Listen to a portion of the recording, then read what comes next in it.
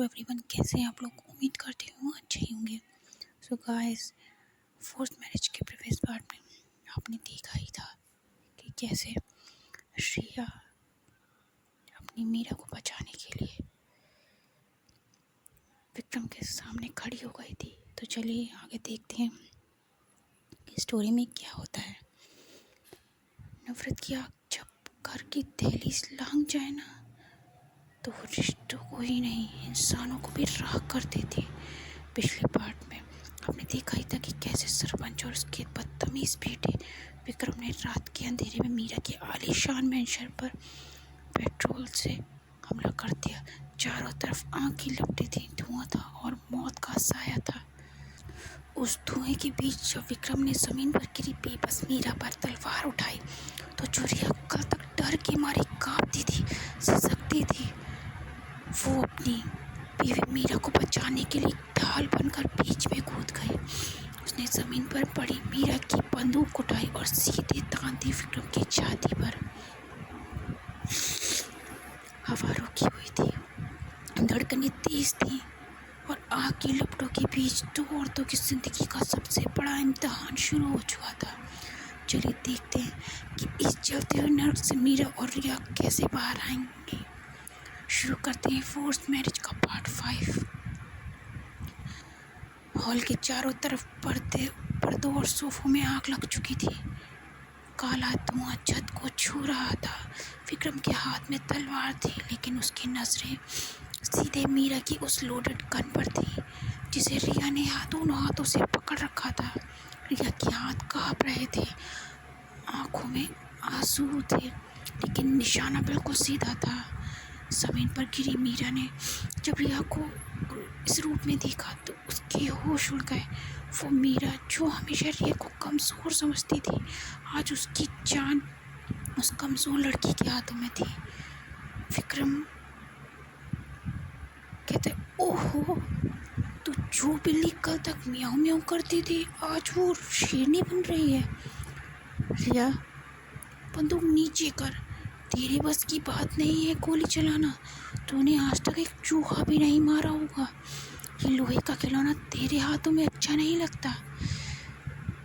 रिया चीखते हुए गुस्से में, एकदम चुप, एक कदम भी आगे मत बढ़ाना विक्रम। मैंने आज तक किसी पर हाथ नहीं उठाया, लेकिन अगर आज तूने मेरी मीरा की तरफ एक उंगली भी उठाई तो कसम उस खुदा की, मैं तेरा सीना चीर दूंगी। मीरा जमीन से उठने की कोशिश करती है। उसका सिर सोफे के कोने से टकराने की वजह से थोड़ा जख्मी था और वहाँ से खून बह रहा था। मीरा कराते हुए धीमी आवाज में, रिया, हट जाओ वहाँ से, इसकी तलवार, ये पागल है। रिया बिना पीछे मुड़े मीरा को अपनी पीठ से छुपाते हुए कहती है, नहीं मीरा, आज आप नहीं बोलेंगे, आज ये रिया बोलेगी। विक्रम की आंखों में देखते हुए रिया कहती है, पीछे हट विक्रम, और अपने इन कुंडों से कह कि आग बुझाने का रास्ता छोड़ें, वरना पहली गोली तेरे दिमाग के आर पार होगी। विक्रम का एक कुंडा पीछे से रिया पर लाठी उठाने की कोशिश ही करता है, लेकिन रिया का ध्यान तभी इस पर चला जाता है। वो तुरंत बिना कुछ सोचे बंदूक का मुंह उस कुंडे की तरफ करती है और ट्रिगर दबा देती है। गोली सीधे उस कुंडे के कंधे को छूती हुई पीछे के शीशे पर लगती है। शीशा चकनाचूर हो जाता है। पूरे हॉल में सन्नाटा छा जाता है।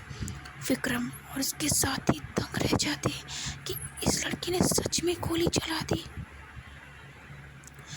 कुंडा अपना कंधा पकड़कर जमीन पर गिर जाता है। विक्रम अब समझ जाता है कि रिया इस वक्त अपनी जान पर खेल चुकी है और वो कुछ भी कर सकती है। विक्रम अपने कुंडों से कहते, पीछे हटो, ये लड़की पागल हो गई है। रिया बंदूक ताने हुए धीरे धीरे पीछे हटती है और दूसरे हाथ से जमीन पर गिरी हुई मीरा को सहारा देकर उठाती है। मीरा रिया के कंधे का सहारा लेती है। दोनों की आंखें एक दूसरे से मिलती है। मीरा की आंखों में पहली बार रिया के लिए वो नफरत नहीं, बल्कि एक गहरा एहसास और इज्जत दिख रही थी।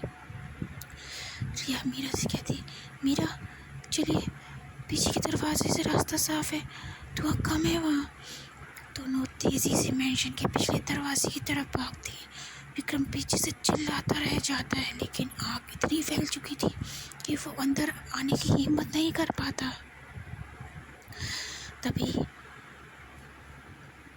बाहर ठंडी हवा चल रही थी, रात का सन्नाटा था। मीरा और रिया दोनों हाफती हुई अपनी गाड़ी के पास पहुंचती। मीरा के सिर से खून टपक रहा था। रिया तुरंत अपनी साड़ी का पल्लू फाड़ती है और मीरा के माथे पर कसकर बांधने लगती है। रिया रोते हुए कहती, आपको बहुत चोट लगी है ना मीरा, मुझे माफ़ कर दीजिए, ये सब मेरी वजह से हुआ है। अगर मेरे परिवार और सरपंच का कर्जदार ना होता तो आप इस नर्क में ना हो फंसती। मीरा ने रिया के उन कांपते हुए हाथों को पकड़ लिया। वही कमंडी मीरा जिसने हमेशा रिया को नीचे दिखाया था, आज उसकी आवाज़ एकदम नरम थी। मीरा गहरी सांस लेते हुए कहती है, तुमने आज गोली क्यों चलाई रिया? अगर विक्रम तुम्हें मार देता तो?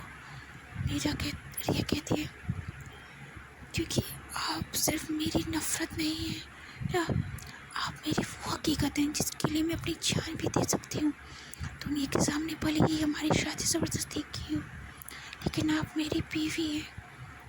मीरा कुछ भी नहीं बोल पाती। पहली बार उसका घमंड जैसे उस रात की आग में जलकर राख हो चुका था। वो चुपचाप कार की चाबी रिया को देती है। मीरा कहती है, गाड़ी तुम चलाओगी, शहर की तरफ चलो, अब इस गांव का हिसाब मैं अपने तरीके से करूँगी। 2 घंटों के सफ़र के बाद सुबह की पहली किरण के साथ दोनों शहर में मीरा के एक सीक्रेट फ्लैट पर पहुंचती है। ये जगह बहुत शांत और सुरक्षित थी। घर के अंदर आते ही रिया मीरा को एक सोफे पर बिठाती है और फर्स्ट एड बॉक्स लेकर आती है। वो बहुत आराम से मीरा के जख्म को साफ करने लगती है। मीरा चुपचाप रिया के चेहरे को देख रही थी। सुबह की धूप रिया के चेहरे पर पड़ रही थी, जहाँ अभी भी रात के डर के आंसू के निशान थे।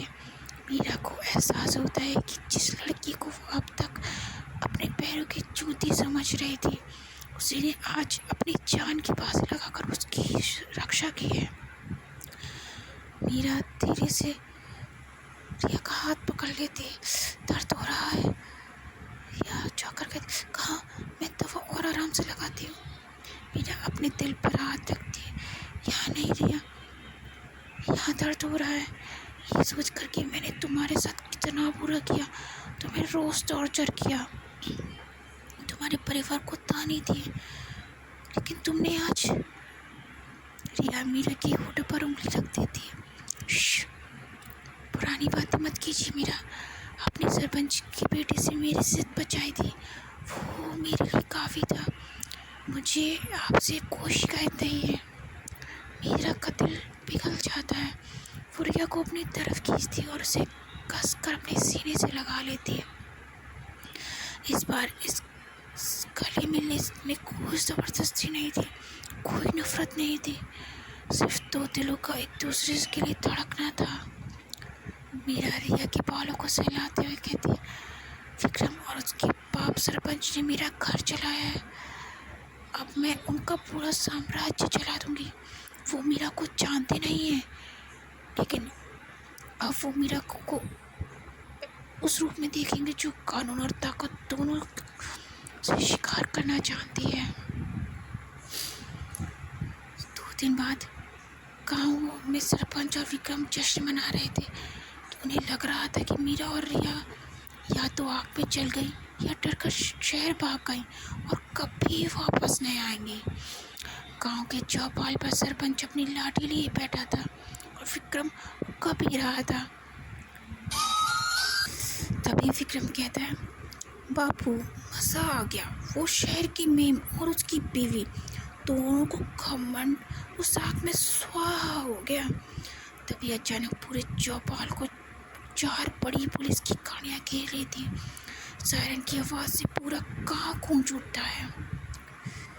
गाड़ियों से भारी तादाद में पुलिस उतरती है और उनके ठीक पीछे से निकलती है मीरा और उसके साथ खड़ी थी रिया। मीरा इस बार ब्लैक लेदर जैकेट और गॉगल्स पहने हुई थी। उसका लुक किसी अफसर से कम नहीं लग रहा था। उसके हाथ में एक बड़ी सी सरकारी फाइल थी। पुलिस के बड़े अधिकारी डीजीपी उसके साथ थे। सरपंच घबरा कर खड़ा होता है। अरे अरे साहब जी, आप यहाँ, इस लड़की के कहने पर आप हमारे यहाँ आए हैं। मीरा आगे बढ़कर अपनी फाइल सरपंच के मुंह पर मारती है।